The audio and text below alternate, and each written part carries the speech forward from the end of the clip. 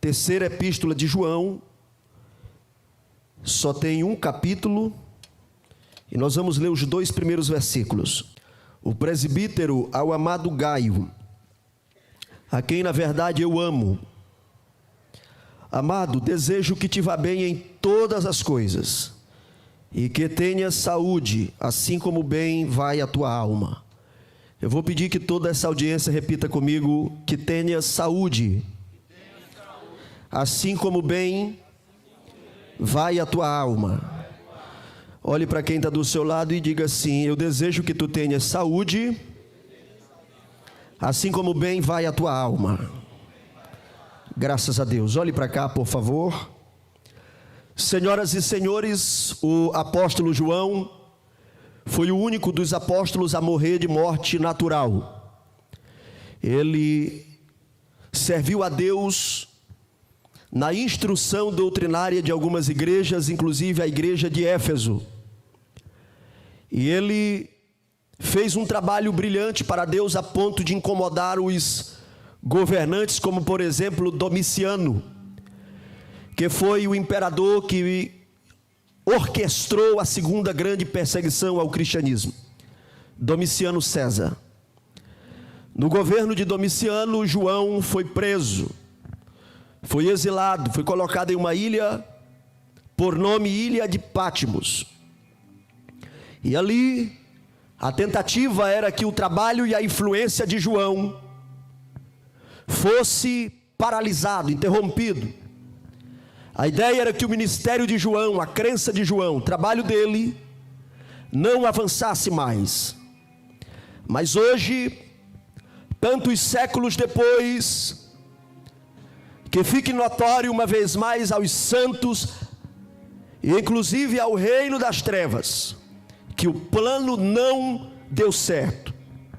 Se o plano era frear um pregador, não deu certo. Se o plano era matar o ministério de João, não deu certo.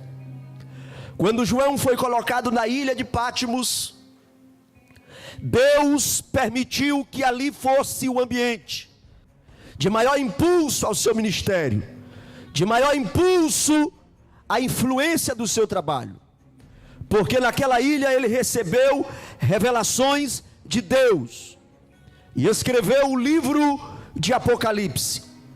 João é esse pregador que tinha uma personalidade muito difícil antes de conhecer a transformação que o evangelho promove. Às vezes nós achamos que o único explosivo era Pedro. Achamos que Pedro era o único discípulo explosivo, de pavio curto. Mas quando nós olhamos para a história, nós encontramos João sugerindo para Jesus que derramasse fogo do céu para matar os samaritanos. Essa sugestão não foi dada por Pedro, foi dada por João. Lembra naquela ocasião que os discípulos encontraram outros pregadores que não faziam parte do seu grupo? Esses pregadores estavam operando maravilhas em nome de Jesus, e um discípulo se incomodou e disse para o mestre: mestre, impeça que ele faça esse trabalho, porque ele não é dos nossos, ele não é da nossa igreja, ele não é da nossa denominação. Sabe quem era esse intolerante? Era João. Às vezes nós estigmatizamos e imaginamos que o único discípulo explosivo, paciência curta, intolerante, era Pedro. Mas nós encontramos nas páginas da Bíblia João protagonizando alguns momentos de intolerância e paciência curta.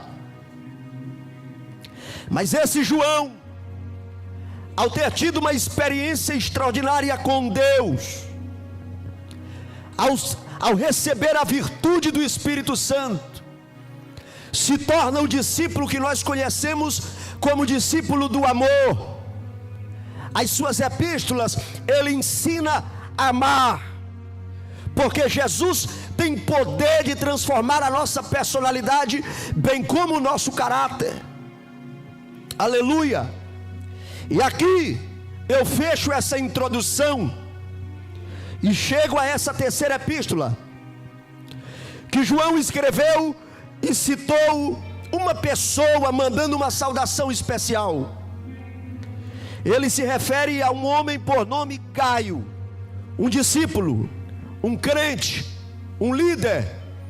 E ele diz naquela ocasião ao amado Gaio: desejo que te vá bem em todas as coisas e que tenhas saúde, assim como bem vai a tua alma. Olhe para cá. Nós temos aqui um crente que a alma dele é referência para o corpo. Quem entendeu, diga amém.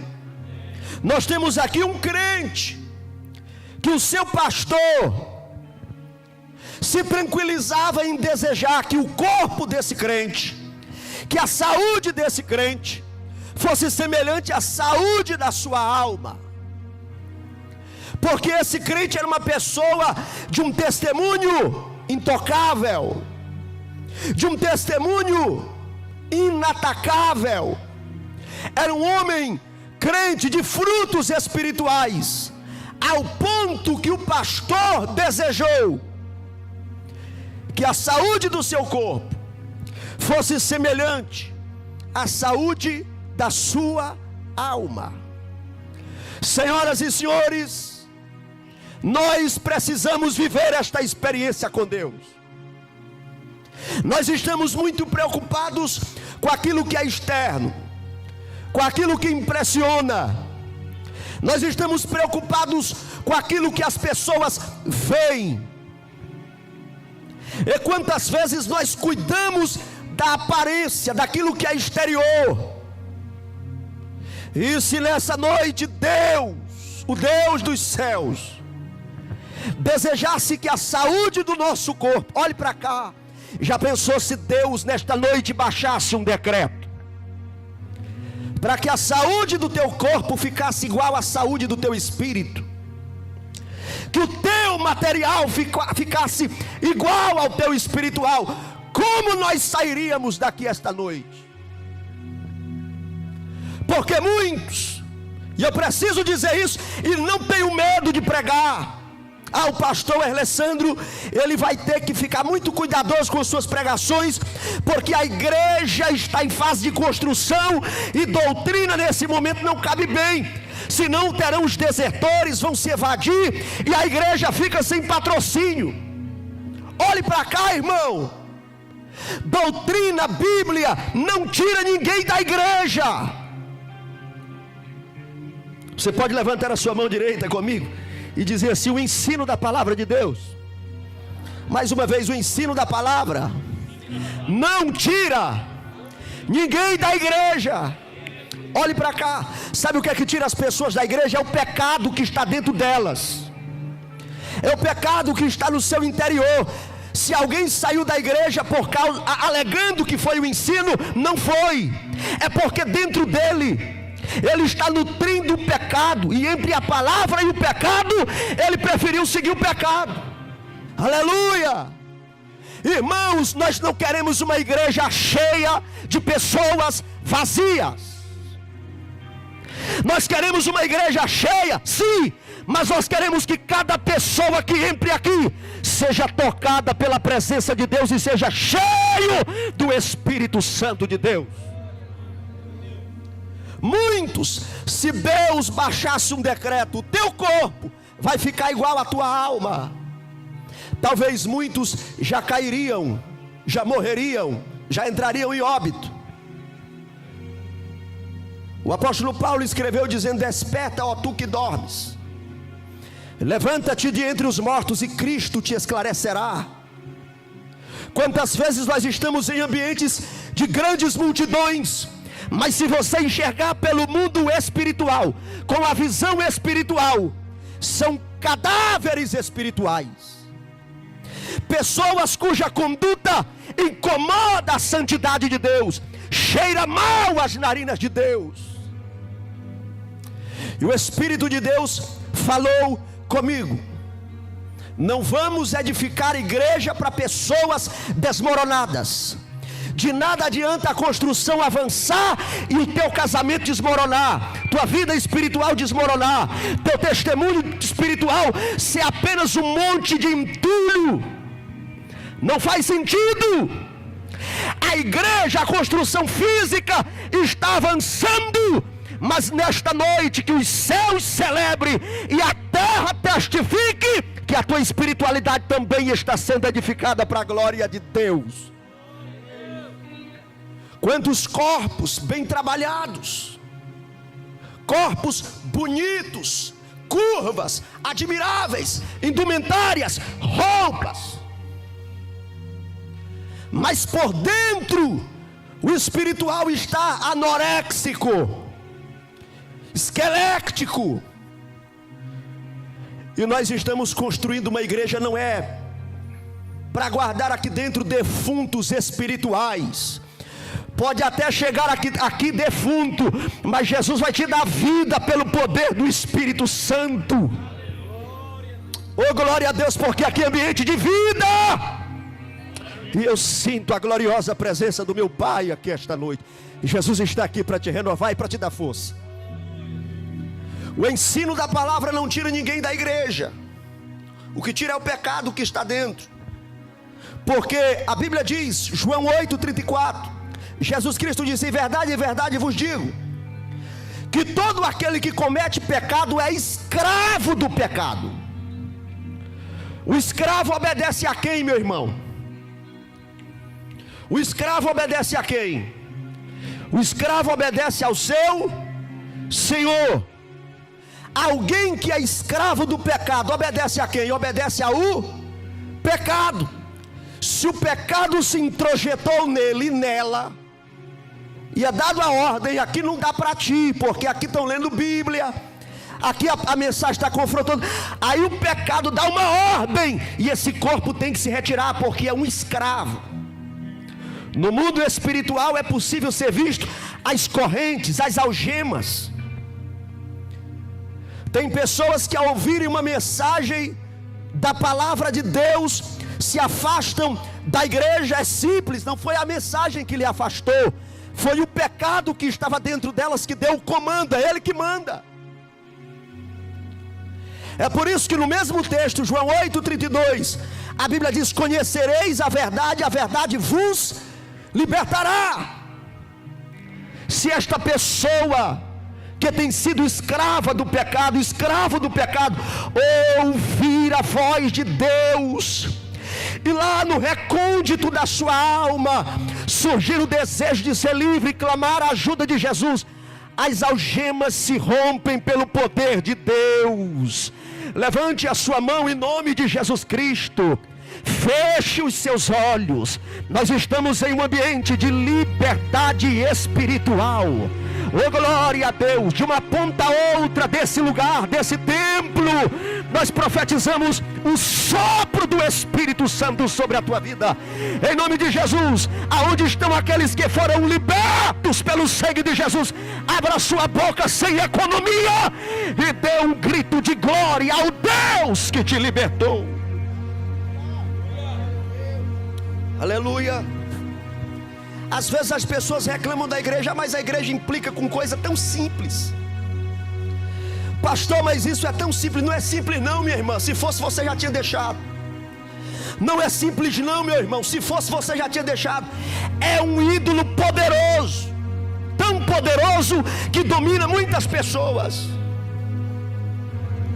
A igreja do Senhor Jesus, ensinando a preciosa palavra, prepara homens e mulheres de Deus para morar no céu. Hoje eu vi uma cena muito emocionante. Nós batizamos alguns irmãos à tarde, por volta das 16 horas. Irmãos que foram às águas em lágrimas. E um disse para mim: pastor, estou realizando o meu sonho, estou me batizando em águas. Antes do batismo, uma irmã comentou que alguém aceitou a Jesus, quando saiu lá fora já estava preocupado. Como é que se ia se vestir, a roupa? Irmão, quem quer servir a Deus é assim. Recebeu a salvação em Cristo Jesus, confessou a Jesus, já está preocupado em ter mudança de vida. Isso é obra do Espírito Santo. É o Espírito Santo que faz isso. E esse é o lugar onde esta mudança está acontecendo. Talvez se você olhar para o passado, você lembra como você chegou aqui, como você começou a congregar, como você era. Mas Deus está te transformando. Você é uma nova criatura. Aleluia. A decisão é imediata, mas a salvação, a santificação é um processo. E esta santificação está acontecendo para a glória de Deus. Se nesta noite Deus determinasse que a saúde do teu corpo ficasse igual à saúde da tua alma, como sairíamos daqui? Será se alguém precisaria de ambulância, precisaria de primeiros socorros? Será se alguém precisaria de maca, precisaria de aparelhos para auxiliar na respiração? Mas hoje é o dia aceitável. Jesus te trouxe aqui para te dizer que Ele quer equalizar, colocar no nível a saúde do teu corpo com a saúde da tua alma. E o mais importante é que a tua alma vá bem, que a saúde da tua alma celebre. Eu me lembro, havia uma irmã na igreja que eu congregava na minha adolescência. O nome dessa irmã era Zoete. E ela começou a se ausentar da igreja. E quando eu fui consagrado a diácono, o pastor me nomeou para ir servir ceia aos idosos que não tinham condição de ir para a igreja. E eu fui servir a ceia. Nunca mais eu tinha visto aquela irmã. Identifiquei o endereço e fui. A família me levou até o quarto. Ela estava inválida numa cama. E eu disse: a paz do Senhor, irmã Zoete. Ela não conseguiu me responder. E quando eu coloquei em cima da mesa os elementos da ceia, oramos consagrando, eu olhei para a irmã Zoete, a lágrima estava descendo no seu rosto. Irmãos, o céu desceu ali naquele quarto. Quase que eu não consigo celebrar aquela ceia, porque a presença de Deus foi muito forte ali naquele lugar. Servimos o pão, a filha dela teve que colocar na boca o pão, colocar um cálice na boca, e ela chorando, glorificando a Deus, e nós nos contendo ali naquele quarto, porque a presença de Deus desceu. Eu saí dali com uma convicção: o corpo dela está inválido, mas a sua alma está bem. Seu corpo está atrofiado, mas o seu espírito voa às alturas celestiais na presença de Deus. De nada adianta ser malhado, ser bonita, ser bonito, de nada adianta estar bem aparente fisicamente se o teu espírito vai mal. Mas nesta noite o supremo médico da igreja está aqui para colocar um soro no teu braço, fazer a cirurgia e te fazer uma nova criatura para a glória do meu Deus. Se coloque de pé em nome de Jesus. Eu vou aguardar aqui à frente as pessoas que desejam receber a oração.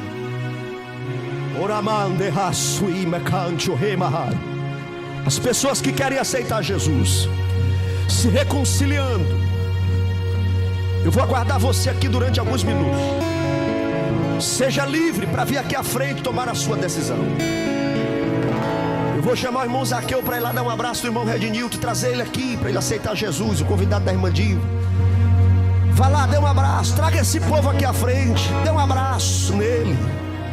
Está vindo a primeira pessoa para Jesus. Estou lhe esperando.